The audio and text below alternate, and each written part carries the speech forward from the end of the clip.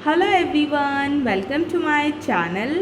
दोस्तों, आज की ये वीडियो बहुत ज़्यादा इम्पॉर्टेंट होने वाली है हमारे BA political science honours second semester वाले स्टूडेंट्स के लिए। गाइस, जितने भी हमारे बीए पॉलिटिकल साइंस ऑनर्स के स्टूडेंट हैं, दोस्तों आज की इस वीडियो के अंदर मैं आप लोगों के लिए लेकर आ गई हूँ आप लोगों के एक इम्पॉर्टेंट सब्जेक्ट जिसका नाम है political theory concept and debates. इससे रिलेटेड एक इम्पॉर्टेंट क्वेश्चन का आंसर। दोस्तों, आप लोगों की एग्ज़ाम जल्दी ही शुरू होने वाले हैं, लेकिन अभी आपके पास जितना भी टाइम है, इस छोटे से टाइम पीरियड के अंदर मैं आप लोगों को कुछ मोस्ट इम्पॉर्टेंट क्वेश्चन कराने वाली हूँ जो कि आप लोगों के आपकी एग्ज़ाम में बहुत ज़्यादा हेल्प करेंगे। तो चलिए गाइस, फटाफट से मैं आप लोगों को सबसे पहले वो क्वेश्चन दिखा देती हूँ जिसका आंसर आज की इस वीडियो के अंदर मैं आप लोगों के साथ डिस्कस करने वाली हूँ। एंड उसके बाद वन बाय वन करके हम लोग सारे पॉइंट को डिस्कस करना शुरू करेंगे। गाइस, आज की इस वीडियो के अंदर मैं आप लोगों के साथ जिस क्वेश्चन के आंसर के बारे में डिस्कस करने वाली हूँ वो है हमारा क्वेश्चन नंबर 1। दोस्तों, क्वेश्चन नंबर 1 के अंदर हमसे पूछा जा रहा है कि यशाई बर्लिन की स्वतंत्रता के विचारों की आलोचनात्मक विश्लेषण कीजिए। दोस्तों, यशाई बर्लिन एक बहुत ज़्यादा फेमस थिंकर हैं हमारे पॉलिटिकल साइंस के। एंड इन्होंने एक स्वतंत्रता के ऊपर अपने विचार प्रकट किए हैं, उसको लेकर आपको इस क्वेश्चन के आंसर में बताना है।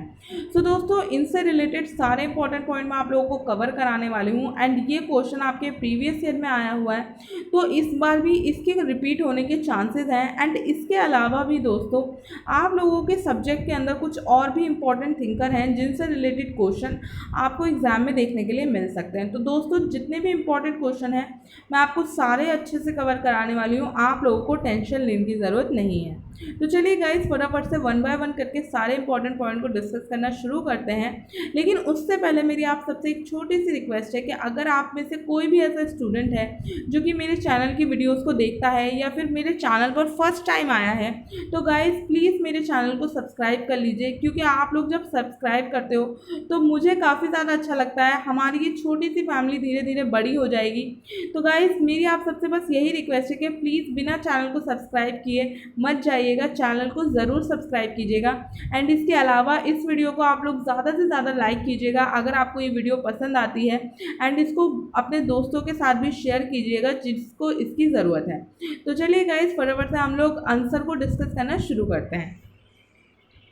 दोस्तों, हमारा जो सबसे पहला और इम्पॉर्टेंट पॉइंट है वो है हमारा परिचय। तो गाइस, आप लोगों को मैं ये चीज़ अच्छे से एक्सप्लेन कर देना चाहती हूँ। आई एम श्योर इस वीडियो को काफ़ी सारे न्यू स्टूडेंट देख रहे होंगे।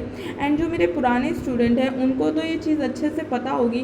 गाइस, जब भी आप लोग अपनी किसी भी एग्ज़ाम का कोई भी आंसर लिखते हो तो उसकी जो शुरुआत आपको करनी है वो आपको करनी है परिचय के साथ, यानी कि एक अच्छे से इंट्रोडक्शन के साथ। बिना इंट्रोडक्शन एंड बिना कंक्लूजन के आपका जो आंसर है वो फिनिश नहीं होता है।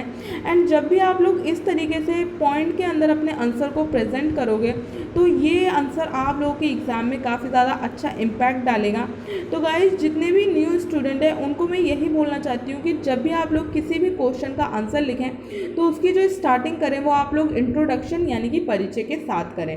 तो दोस्तों, इस क्वेश्चन के आंसर में आप परिचय कुछ इस तरीके से लिख सकते हैं कि स्वतंत्रता शब्द का अर्थ है आज़ादी। स्वतंत्रता को विभिन्न तरीकों से समझा जा सकता है, अर्थात बोलने की स्वतंत्रता, घूमने फिरने की स्वतंत्रता, मनपसंद कार्य करने की स्वतंत्रता, किसी भी धर्म को मानने और पसंद के धर्म का प्रचार फैलाने की स्वतंत्रता इत्यादि। स्वतंत्रता में किसी भी प्रकार के प्रतिबंधों का अभाव होता है, जहाँ कोई व्यक्ति बिना किसी बाधा के अपनी इच्छा से कुछ भी कर सकता है। स्वतंत्रता को बेहतर तरीके से समझने के लिए हम कुछ अन्य उदाहरण ले सकते हैं, जैसे खुली हवा में उड़ने के लिए पिंजरे में बंद पक्षी की इच्छा, कैदी की खुद को जेल से मुक्त करने और स्वतंत्र जीवन जीने की इच्छा, एक लंबे समय से बीमारी की वजह से अस्पताल में भर्ती व्यक्ति की घर जाने की इच्छा। स्वतंत्रता का मतलब यह भी है कि किसी भी रूप में, शब्द या क्रिया में जीवन में मतभेद ना रहे। स्वतंत्रता का अर्थ जीवन में गैर हस्तक्षेप भी है। तो हम कह सकते हैं कि स्वतंत्रता के विभिन्न लोगों के लिए अलग अलग अर्थ हैं। सो दोस्तों, आप लोगों को इस तरीके से अपने क्वेश्चन के आंसर में परिचय लिखना है। दोस्तों, स्वतंत्रता से रिलेटेड आपके एग्जाम में चाहे किसी भी टाइप का क्वेश्चन आए, आप इस वाले इंट्रोडक्शन को अपने एग्जाम में लिख सकते हो। तो आप लोग इसको अच्छे से याद कर लीजिएगा एंड अच्छे से ये जो पॉइंट्स हैं इनको अपने दिमाग में रख लीजिएगा। काफ़ी सिंपल लैंग्वेज के अंदर मैंने आपको एक्सप्लेन किया है। इसके बाद दोस्तों, जो हमारा अगला पॉइंट आता है वो आता है स्वतंत्रता का अर्थ। दोस्तों, ये भी बहुत इंपॉर्टेंट है, इसको भी आप लोग ध्यान रखिएगा। स्वतंत्रता शब्द लैटिन शब्द लिबरल से लिया गया है, जिसका अर्थ है अवरोधों से मुक्त। दूसरे शब्दों में स्वतंत्रता का अर्थ है किसी भी अवरोध के अधीन ना होने के कार्य करने की स्वतंत्रता। स्वतंत्रता किसी कार्य करने या आनंद लेने की शक्ति या क्षमता का प्रतीक है। तो दोस्तों, आप लोगों को स्वतंत्रता का अर्थ भी अच्छे से समझना है। ये भी पॉइंट आप लोगों के लिए इम्पॉर्टेंट है। तो आपके एग्जाम में किसी भी टाइप का क्वेश्चन आए स्वतंत्रता से रिलेटेड, आपको इस वाले पॉइंट को भी ज़रूर मेंशन करना है, ये इंपॉर्टेंट है। इसके अलावा दोस्तों, आप लोग यहाँ पे देख सकते हो, यहाँ पे मैंने आप लोगों के लिए जो इंपॉर्टेंट पॉइंट्स हैं उनको अंडरलाइन किया हुआ है। तो दोस्तों, जब आप लोग अपने एग्जाम के अंदर क्वेश्चन का आंसर लिखोगे, तो जो भी इंपॉर्टेंट चीज़ें होती हैं, जैसे कि डेफिनेशन होती है, कोई इंपॉर्टेंट मीनिंग होता है, जैसे कि यहाँ पे मैंने आप लोगों को एक्सप्लेन किया है स्वतंत्रता का अर्थ। तो ये जितने भी इंपॉर्टेंट पॉइंट होते हैं इनको आप भी अच्छे से हाईलाइट कर दीजिएगा, ताकि जब एग्जामिनर आपकी कॉपी को चेक करे तो उसको डायरेक्टली पता चल जाए कि आपने कहाँ पे कौन सी चीज़ें इंपॉर्टेंट लिखी हैं। तो दोस्तों, आप लोग भी अंडरलाइन कर सकते हैं अपने एग्ज़ाम के अंदर, जैसे कि यहाँ पे मैंने किया है। इसके बाद दोस्तों, हमारा जो अगला इम्पोर्टेंट पॉइंट है वो है स्वतंत्रता की परिभाषा। दोस्तों, आप लोग जब भी स्वतंत्रता से रिलेटेड किसी भी टाइप का आंसर लिखेंगे, आप लोगों को 3 चीज़ें ज़रूर लिखनी है। सबसे पहले आपको परिचय ज़रूर लिखना है, उसके बाद आपको स्वतंत्रता का अर्थ बताना है, उसके बाद आपको डेफिनेशन लिखनी है। तो दोस्तों, यहाँ पे मैंने कुछ डेफिनेशन आप लोगों के लिए यहाँ पे मेंशन किए हैं। तो सबसे पहली जो डेफिनेशन है वो है हमारी हॉब्स के अनुसार, स्वतंत्रता को समझा जा सकता है भारी बाधाओं की अनुपस्थिति, जो बाधाएं मनुष्य की किसी भी कार्य को करने की शक्ति को कम करती हैं। हेगल्स के अनुसार स्वतंत्रता कानून का पालन होता है। J.S. मिल के अनुसार स्वतंत्रता एकमात्र साधन है जिसके तहत व्यक्ति अपने भले के लिए अपने तरीके से सब कुछ कर सकता है, जिसकी वजह से दूसरों को वंचित ना करें या उन्हें प्राप्त करने के लिए अपने प्रयासों से वंचित ना करें। इसके बाद अगली जो डेफिनेशन है वो है लिस्की के अनुसार। लिस्की ने स्वतंत्रता को उन सामाजिक परिस्थितियों के अस्तित्व पर प्रतिबंध की अनुपस्थिति के रूप में समझाया है, जो आधुनिक सभ्यता में व्यक्तिगत खुशी की एक आवश्यक गारंटी है। तो दोस्तों, यहाँ पे मैंने आप लोगों के लिए 3 से 4 छोटी छोटी डेफिनेशन मेंशन किए हैं। आप इन डेफिनेशन को ध्यान रखिएगा। इसके अलावा आपकी अपनी कोई डेफिनेशन हो उसको भी आप लोग अच्छे से अपने क्वेश्चन के आंसर में मेंशन कीजिएगा। एंड स्वतंत्रता एक ऐसा टॉपिक है जिससे रिलेटेड एक क्वेश्चन आपको डेफिनेटली आपके एग्जाम में देखने को मिलेगा। तो दोस्तों, इस वीडियो को आप लोग बिल्कुल भी मिस मत कीजिएगा। तो चलिए गाइज, अब हम लोग हमारे अगले पॉइंट की तरफ चलते हैं, जो कि हमारा अगला पॉइंट है यश बर्लिन के स्वतंत्रता के विचार। स्वतंत्रता एक शक्तिशाली शब्द है, हम सभी इसके प्रति सकारात्मक प्रतिक्रिया देते हैं और इसके बैनर तले क्रांतियां शुरू की गई हैं, युद्ध लड़े गए हैं और राजनीतिक अभियान लगातार छेड़े जा रहे हैं। लेकिन आज़ादी से हमारा क्या मतलब है? तथ्य ये है कि सभी दलों के राजनेता स्वतंत्रता में विश्वास करने का दावा करते हैं। ये बताते हैं कि लोगों के मन में हमेशा एक ही बात नहीं होती। जब हम इसके बारे में बात करते हैं, क्या विभिन्न प्रकार की स्वतंत्रताएं हो सकती हैं? यदि हाँ, तो क्या विभिन्न प्रकार की स्वतंत्रताएं एक दूसरे के साथ संघर्ष कर सकती हैं? क्या एक प्रकार की स्वतंत्रता का प्रचार दूसरे प्रकार को सीमित कर सकता है? क्या आज़ादी के नाम पर लोगों को ज़बरदस्ती भी की जा सकती है? 20वीं सदी के राजनीतिक दार्शनिक यश बर्लिन ने सोचा कि इन सवालों का जवाब हाँ है, और अपने निबंध टू कॉन्सेप्ट ऑफ लिबर्टी में उन्होंने दो प्रकार की स्वतंत्रता को प्रतिष्ठित किया है, जिसे उन्होंने नकारात्मक स्वतंत्रता और सकारात्मक स्वतंत्रता कहा है। सो दोस्तों, मैंने आप लोगों को ये जो पॉइंट एक्सप्लेन किया, इसके अंदर मैंने आपको यश बर्लिन के विचार बताए हैं जो कि स्वतंत्रता से रिलेटेड उन्होंने एक्सप्लेन किए हैं। बेसिकली गाइस, उन्होंने ये बताया कि स्वतंत्रता एक ऐसा शब्द है, एक ऐसी चीज़ है जिसको लेकर बहुत टाइम से क्रांतियाँ होती हुई आई हैं, बहुत सारे युद्ध लड़े गए हैं, और आज के टाइम में भी जितने भी हमारे राजनीतिक दल हैं वो इसके बारे में किसी न किसी रूप में चर्चा ज़रूर करते हैं। तो स्वतंत्रता हमारे लिए हमेशा ही एक इम्पॉर्टेंट चीज़ रही है। लेकिन स्वतंत्रता से बेसिकली हमारा मतलब है क्या? स्वतंत्रता क्या होती है, इसके बारे में बात तो बहुत सारे लोग करते हैं, लेकिन बेसिकली ये है क्या, और क्या ये एक से ज़्यादा प्रकार की है? अगर हाँ, तो क्या अगर अलग अलग टाइप की स्वतंत्रता होती है तो क्या ये अलग अलग टाइप की स्वतंत्रता आपस में संघर्ष करती हैं?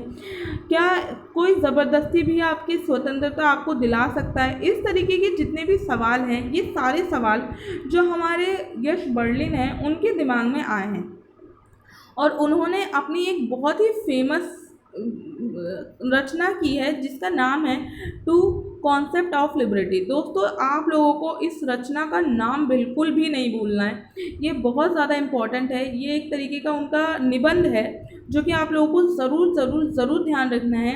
एंड ये कब पब्लिश हुआ था? ये हुआ था 1958 में। तो दोस्तों, आप लोगों को इसके बारे में ज़रूर मेंशन करना है अपने क्वेश्चन के अंदर, टू कॉन्सेप्ट ऑफ लिबर्टी। इस निबंध के अंदर उन्होंने दो टाइप की स्वतंत्रताओं के बारे में एक्सप्लेन किया है। पहली की है उन्होंने नकारात्मक स्वतंत्रता, और दूसरा उन्होंने एक्सप्लेन किया है सकारात्मक स्वतंत्रता को।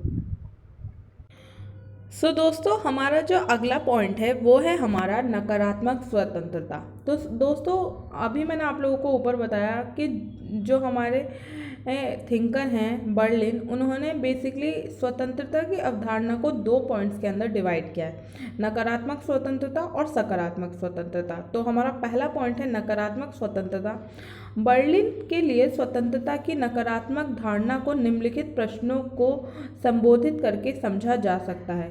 वे कौन सा क्षेत्र है जिसके भीतर एक व्यक्ति या व्यक्तियों का समूह क्या करने के लिए छोड़ दिया जाना चाहिए, या वह क्या करने में सक्षम है अन्य व्यक्तियों के हस्तक्षेप के बिना। बर्लिन आगे कहते हैं कि यदि तुम मुझे वह काम करने से रोकते हो जो मैं उनके द्वारा ना रोके जाने पर कर सकता था, ये किस सीमा तक गैर आज़ादी है? यदि इस क्षेत्र में दूसरे आदमियों का एक न्यूनतम सीमा से ज़्यादा दखल हो गया है तो यह कहा जा सकता है कि मेरा दमन हो रहा है। ये भी कहा जा सकता है कि मुझे दास बना लिया गया है। मसलन मान लीजिए कि एक व्यक्ति शिक्षा प्राप्त करना चाहता है, लेकिन दूसरे लोगों ने बल प्रयोग के द्वारा उसे शिक्षा लेने से रोक दिया है। इसका मतलब ये है कि इस व्यक्ति की स्वतंत्रता का दमन हुआ है। बहरहाल, बर्लिन ये स्पष्ट करते हैं कि यदि कोई व्यक्ति किसी लक्ष्य को हासिल करने में असमर्थ है तो इसका अर्थ ये है कि वह आज़ाद नहीं है। उन्होंने लिखा है कि केवल दूसरे लोगों द्वारा सौंपी जाने वाली पाबंदी ही मेरी आज़ादी को प्रभावित करती है। सो दोस्तों, इस तरीके से आप लोगों को ये पूरा पॉइंट अच्छे से ध्यान रखना है। बेसिकली गाइज, यहाँ पे बर्लिन ने बताया है कि नकारात्मक स्वतंत्रता क्या होती है। तो नकारात्मक स्वतंत्रता को जानने से पहले बर्लिन बोलते हैं कि उन्हें कुछ सवालों के जवाब चाहिए, एंड इन सवालों के ज़रिए हम नकारात्मक स्वतंत्रता को समझ सकते हैं। तो दोस्तों, मैंने आप लोगों के लिए ये पॉइंट हाईलाइट भी किया है, तो आप भी इस तरीके से हाईलाइट कर सकते हो। इसके बाद दोस्तों, बर्लिन आगे कहते हैं कि यदि तुम मुझे वे काम करने से रोकते हो जो उनके द्वारा ना रोके जाने पर मैं कर सकता था, तो इसका मतलब ये है कि मेरी आज़ादी का, मेरी स्वतंत्रता का दमन हो रहा है और मुझे गुलाम बनाया जा रहा है। तो इस तरीके से आप लोग यहाँ पे इस चीज़ को ध्यान रखिए। बर्लिन का ये कहना है कि जब हम बात करते हैं स्वतंत्रता की, आज़ादी की, तो उस टाइम पे हमारे ऊपर कोई भी पाबंदी नहीं होनी चाहिए। तो दोस्तों आप लोगों को ये पॉइंट अच्छे से ध्यान रखना है। इसके बाद दोस्तों यहाँ पे एक एग्जाम्पल के थ्रू भी बताया गया है, तो ये एग्जाम्पल भी आपको ध्यान रखना है। इसके बाद अगला पॉइंट जो है हमारा वो है नकारात्मक स्वतंत्रता दो मुख्य पूर्व मान्यताओं पर आधारित है। हर व्यक्ति सबसे बेहतर तरीके से अपना हित जानता है। ये सूत्र इस मान्यता पर आधारित है कि व्यक्ति तर्क कर सकते हैं, इसलिए उनमें विचार विमर्श करने और जानकारियों के आधार पर सही विकल्प को चुनने की क्षमता होती है। राज्य की भूमिका बहुत ही सीमित है। दरअसल ये पिछले सूत्र का ही विस्तार है। चूंकि व्यक्ति को तर्क करता माना गया है, इसलिए राज्य व्यक्ति के लक्ष्यों और उद्देश्यों के बारे में फैसला नहीं कर सकता है। आज़ादी के रूप में नकारात्मक स्वतंत्रता खुद काम करना नहीं, बल्कि ये काम करने का अवसर है। आज़ादी की अवसर अवधारणा अपॉर्चुनिटी कॉन्सेप्ट ऑफ फ्रीडम के रूप में यह आज़ादी के अवसर की मौजूदगी पर जोर देता है। इसके लिए ये बात महत्वपूर्ण नहीं है कि व्यक्ति अवसर का प्रयोग करे। स्वतंत्रता की नकारात्मक अवधारणा की मुख्य समस्या ये है कि ये किसी काम की गुणवत्ता के प्रति उदासीन है। मसलन ये अपनी पसंद की नौकरी करने की स्वतंत्रता और भुखमरी की स्वतंत्रता में कोई अंतर नहीं करता है। दरअसल नकारात्मक स्वतंत्रता की संकल्पना में गरीबी को हमेशा आज़ादी के उल्लंघन के रूप में नहीं देखा जाता है। फ्रेडरिक एरियक और रॉबर्ट नोजिक ऐसे दो विचारक हैं जिनके लेखन में नकारात्मक स्वतंत्रता की अवधारणा अभिव्यक्त हुई है। हैरियट स्वतंत्रता को एक नकारात्मक अवधारणा के रूप में देखते हैं। इसका मतलब ये है कि ये एक विशिष्ट बाधा के ना होने का वर्णन करते हैं। ये विशिष्ट बाधा है दूसरे आदमियों द्वारा किए जाने वाला बल प्रयोग। ऐसा अवसर सामने आने पर जब हम कोई काम कर लेते हैं तो ये सकारात्मक बन जाता है। हैरियट द्वारा दी गई व्यक्तिगत आज़ादी की परिभाषा इसके अनुपूरक के रूप में है।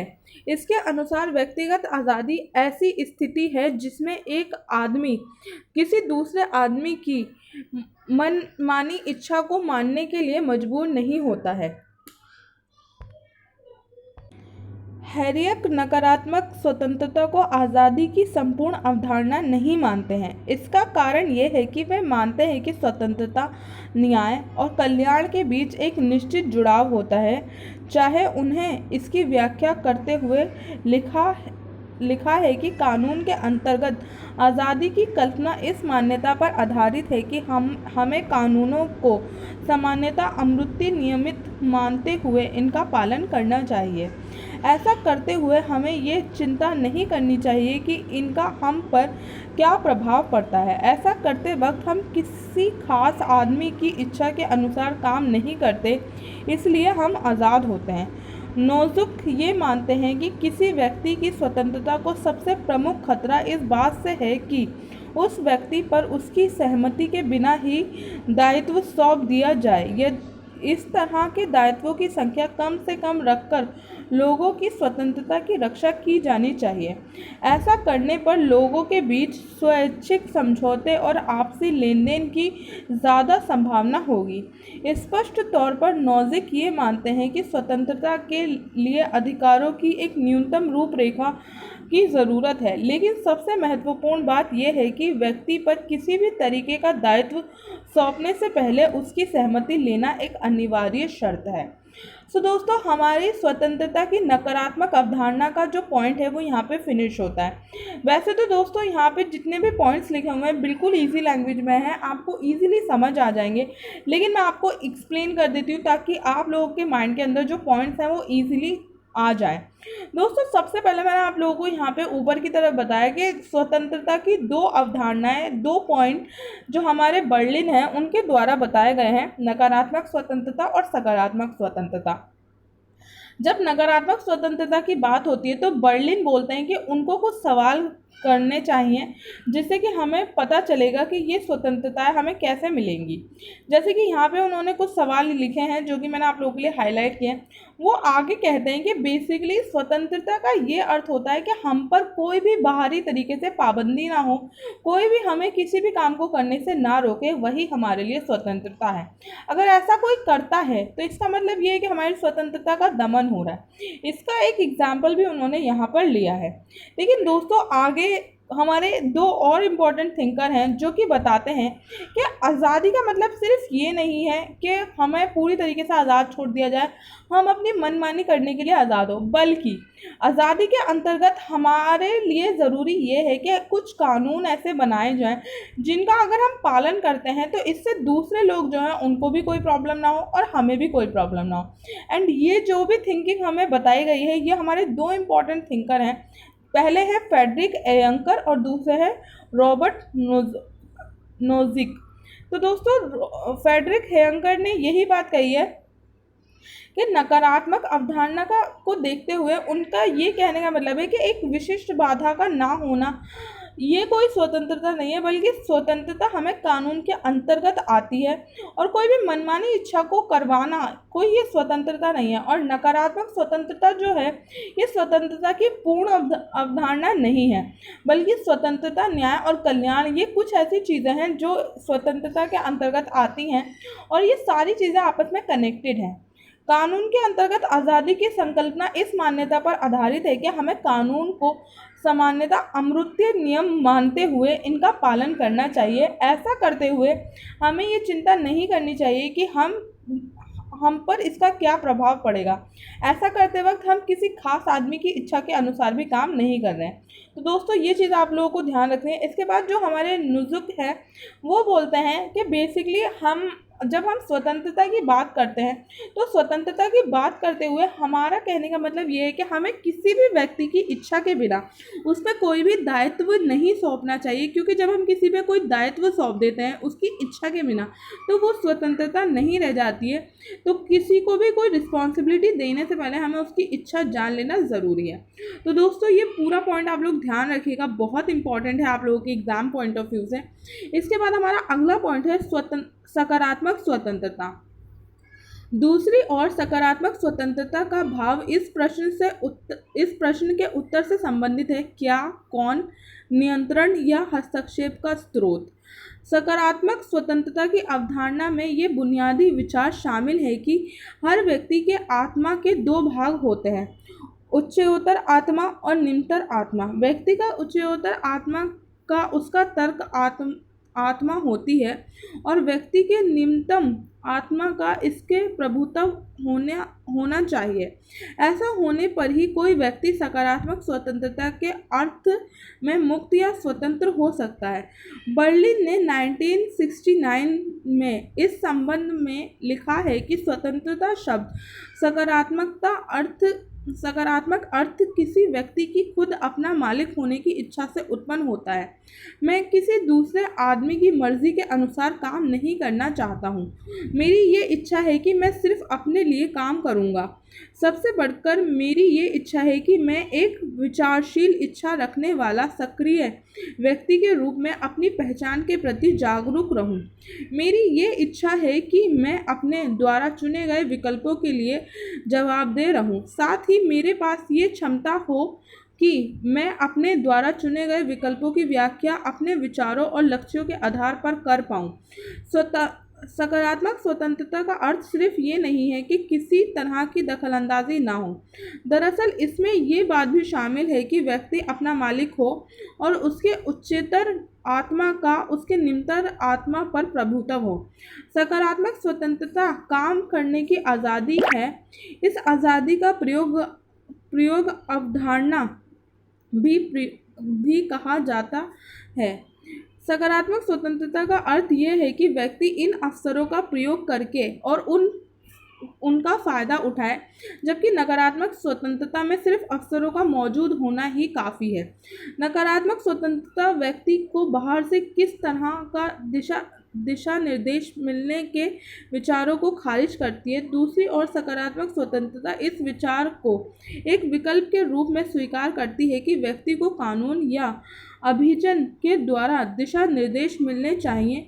यदि कानून व्यक्ति को तार्किक लक्ष्यों की ओर बढ़ाने का दिशा निर्देश देते हैं तो ये व्यक्ति के व्यक्तित्व का दमन करने के बजाय उसे स्वतंत्र करते हैं। तो दोस्तों ये हमारे सकारात्मक स्वतंत्रता से रिलेटेड पॉइंट है। दोस्तों इस पॉइंट के अंदर बेसिकली ये कहा गया है कि सकारात्मक स्वतंत्रता का मतलब ये है कि एक आदमी खुद का यानी कि स्वयं का मालिक होता है। बेसिकली यहाँ पे ये बताया गया है कि जो एक व्यक्ति होता है उसकी आत्मा के दो भाग होते हैं, एक उच्चतर आत्मा और एक निम्नतर आत्मा।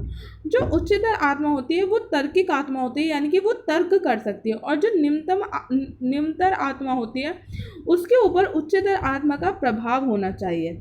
यानी कि इसको आप इस तरीके से समझ सकते हो, जो हमारा ब्रेन होता है, जो हमारा दिमाग होता है, इसको आप उच्चतर आत्मा समझ लो, और जो हमारा मन होता है आप इसको निम्नतर आत्मा समझ लो, या जो हमारे इमोशन होता है।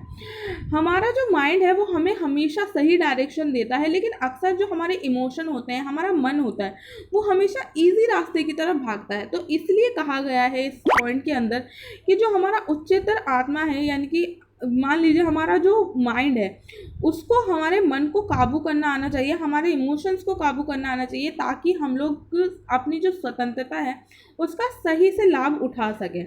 तो दोस्तों इस पॉइंट को आप लोग अच्छे से ध्यान रखिएगा। यहाँ पे सारे पॉइंट मैंने आपके लिए एक्सप्लेन करें, एंड यहाँ पे मैंने कुछ पॉइंट्स को हाईलाइट नहीं किया है, आप लोग खुद से इनको हाईलाइट कीजिएगा।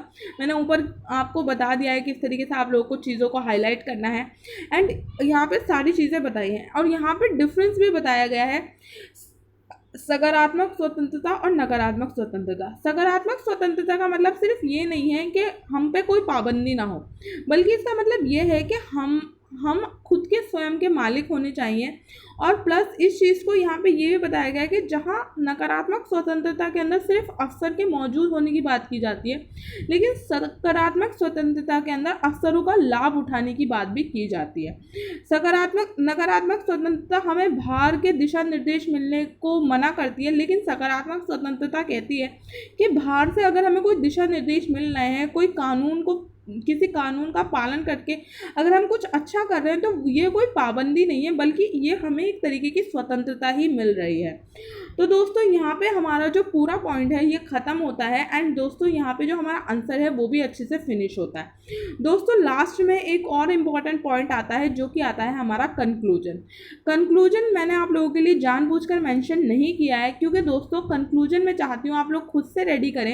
एक बार जब आप लोग कंक्लूजन रेडी करोगे, यानी कि निष्कर्ष रेडी करोगे, तो आपको ये पूरा आंसर अच्छे से रिवाइज भी हो जाएगा, एंड जो इम्पॉर्टेंट पॉइंट है वो भी आपके माइंड के अंदर आ जाएंगे। तो दोस्तों उम्मीद करती हूँ कि ये वीडियो आप लोगों के लिए हेल्पफुल रहेगी। अगर आपको कंक्लूजन लिखने में प्रॉब्लम होगी तो आप लोग मुझे बताइएगा, मैं नेक्स्ट वीडियो के अंदर आपके लिए कंक्लूजन भी लेकर आ जाऊँगी, तो उसकी कोई बड़ी बात नहीं है।